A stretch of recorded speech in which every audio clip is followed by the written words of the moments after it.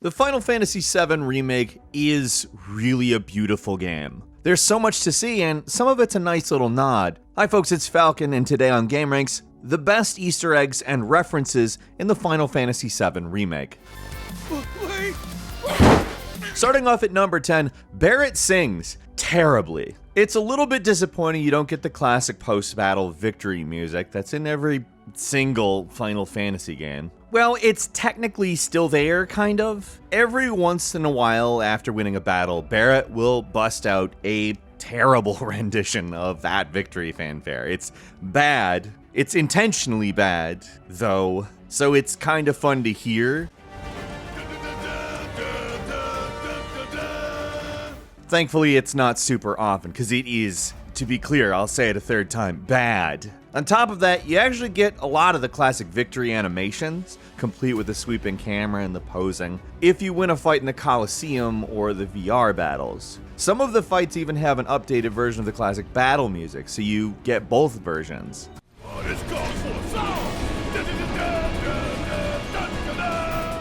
At number 9 is Banora White Apple Juice. One of the first Easter eggs you can find is right at the start, in Mako Reactor 1. If you look around right after getting off the train in the lobby area, you find this ad for something called Banora White Apple Juice. Most people probably don't think much of it and moved on, but there's a connection to one of the compilation of Final Fantasy VII games, the PSP prequel Crisis Core. Banora Village plays a huge part in the plot of Crisis Core. It basically boils down to being the tragic hometown of that game's bad guy, Genesis Rhapsodos. Yep, that's actually his name, and yes, that's actually what he looks like. Besides being a blatant attempt at making another Sephiroth-style villain, he's probably best known for being modeled on the Japanese pop singer Gact, but there's something else about him that's actually relevant. He always seems to carry around a white apple, and he's from Banora, and those white apples are probably from Banora too. It's a Banora white apple, so the ad is a direct reference to this thing from Crisis Core.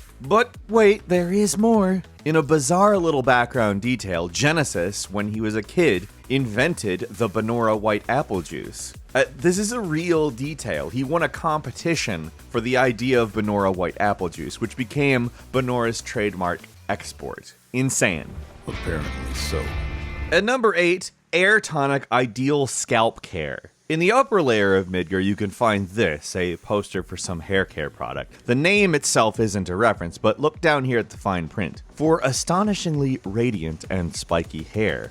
Now, I think everyone has suspected that Cloud has to use something to get that unique hairstyle, but now we know what it is. He's an Air Tonic man. It's another little thing, but it's a pretty amusing nod to Cloud's famous and frankly often parodied hairstyle. At number 7 is Seventh Heaven photos, a funny one you probably may not have noticed. In the Seventh Heaven bar, there are pictures on the wall. You might not have thought much about them at first glance, but give them a second look. Yeah, they kind of just look like a jumble of pixels from far away, but they're actually a little bit more. They're actually pictures of the original backgrounds of Seventh Heaven. Let me directly compare them, and yeah, they're literally the same. There's the bar, the arcade machines, which, unsurprisingly, exactly the same in the remake, but the interior of the bar PS1 style. Just comparing the two, it is crazy how accurately the developers were in remaking locations from the original game. All of the iconic details that are probably burned into the brains of a lot of people out there. The original Final Fantasy VII really holds up in my mind by having such incredibly detailed environments, where a lot of thought was put into things that you might look at. And it's true of even places you might only go once, so it's cool seeing them attempt to continue that in their remake. At number 6, Cloud's stances. Here's a little Easter egg that was hidden in plain sight. If you've played the remake, you're aware that Cloud has two different stances in combat, Operator and Punisher. Operator basically normal, Punisher slow but heavy attacks. Do these stances look a little familiar? Well, one's more obvious than the other, but they're both significant. Obvious one is Punisher stance. Notice the way he holds the sword up with a downward slant to it. That's Sephiroth's katana stance. I don't think I'm really spoiling anything by saying that Sephiroth was an influential presence in Cloud's life, and that's illustrated by Cloud using his famous combat style. Now, the standard stance, the operator one, has a little bit more complicated of a legacy to it. Yeah, it's the normal attack stance from the original game, but how he attacks is strikingly similar to how Zack, the main character of the Crisis Core, fights. Zack's importance in Cloud's life is something I can't overstate. It's very important to Cloud's history, but I'm not going to go into it too much. It's an important plot point from the original Final Fantasy VII, and we can avoid spoilers here. It's also complicated. Cloud, up top. At number 5, people talking about a play. This is a pretty obscure one, so follow along. In the Sector 7 slums, you might overhear some random pedestrians talking about a kind of weird subject. Some kind of show that seems to have a different ending this year. What does that mean? It's kind of an odd bit of incidental dialogue, but this is the Final Fantasy VII Remake. Everything's either something from the original game or a reference of some kind to something. This is another Crisis Core one. The play they're talking about is Loveless. You know, the big billboard you see in the opening cutscene. No longer just a little background detail to flesh out to the world Crisis Core, but Loveless was. That's kind of the point of most prequels, to over-explain stuff that didn't really need it, but they went overboard. I mean, look at this. This is IG-88 takes over the Death Star levels of unnecessary fleshing out a random background detail. But all you really need to know is, just like the pedestrians say, the real ending is lost to time. Or maybe just not fully understood or something. Either way, it's a Final Fantasy universe. Last act of a play changes depending on who's performing and when. Oh, and of course, the bad guy from Crisis Core Genesis loves to quote this play at you. What's worse than bad guys quoting Shakespeare at you? Well, bad guys quoting made-up Shakespeare at you. Shut up, you! Number 4, Mughals, chocobos, tonberries, and cactars. These little dudes you'll find everywhere, drawn all over the place. But you can find all 4 of them scribbles in one spot in the Sector 5 orphanage. These 4 critters are basically the original Final Fantasy Easter egg, being the most iconic returning enemies and sometimes allies of the franchise. This isn't the most obscure Easter egg. At this point, I think most people with even a passing knowledge of Final Fantasy would recognize some of these guys, but it's still cool to see them. Chocobos are definitely the most iconic, being the usually flightless birds people ride for transportation in pretty much every Final Fantasy game starting with 2. They're probably best known for the incredibly in-depth chocobo farm in Final Fantasy VII, where you could capture chocobos in the wild, breed them, race them, and breed them some more, up to getting the ultimate gold chocobo, which gives you access to the ultimate summon in the game and perhaps the entire series, Knights of the Round. It just keeps going. Mughals are probably the second best known,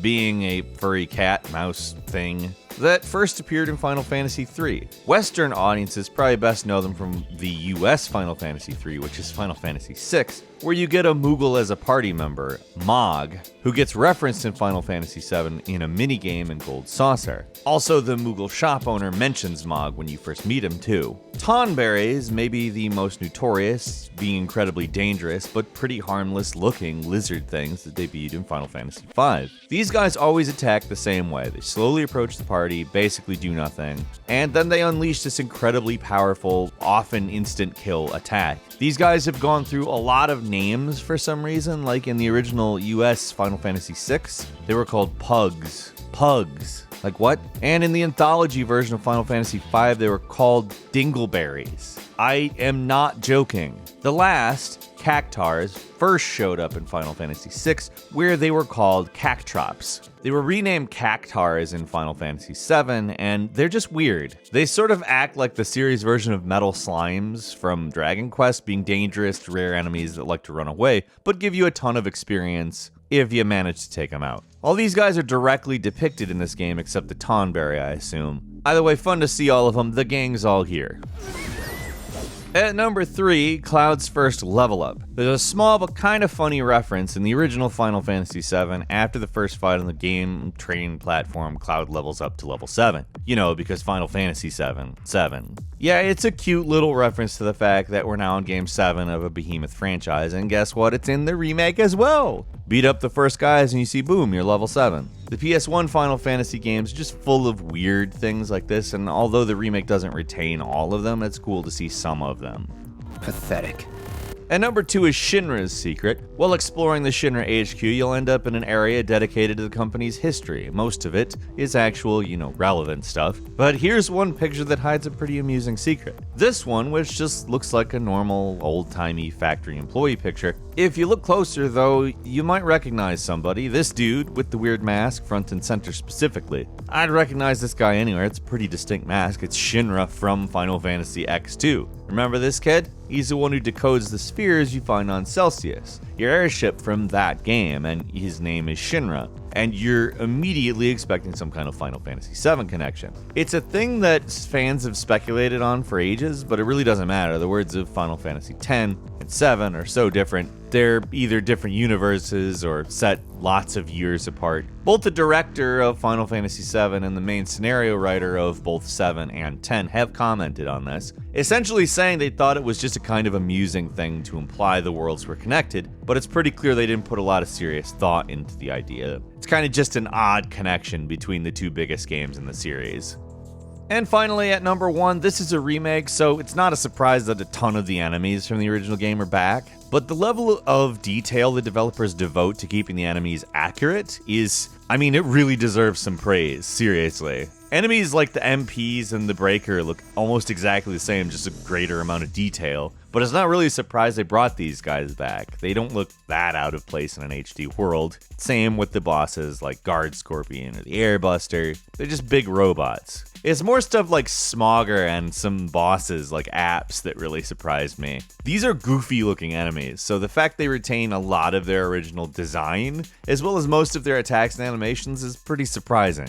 The best returning enemy of them all, though, you really are not going to be able to argue with me on this. It's the Hell House. Look at this thing. It's a house that turns into a monster and shoots missiles at you. Everything about it is retained for the remake, and I wasn't even sure they were going to do that. I was prepared to be fine with them not doing it, even. It's amazing. Seriously, if you're an old Final Fantasy VII fan who really enjoyed the Hell House, what is this? Why is this here? This game has been kinda normal for a Final Fantasy game at this point. It's truly a thing to behold. So that's all we've got for today. There's tons more in this game. This is literally a love letter to the fans, to the original, and to the world that was created. Leave us a comment, let us know what you think, what your favorite was, whether it was or wasn't mentioned. If you like this video, click like, and if you're not subscribed, now's a great time to do so. We upload brand new videos every day of the week, and the best way to see them first is, of course, a subscription. So click subscribe, and don't forget to enable all notifications. And we thank you very much for watching this video.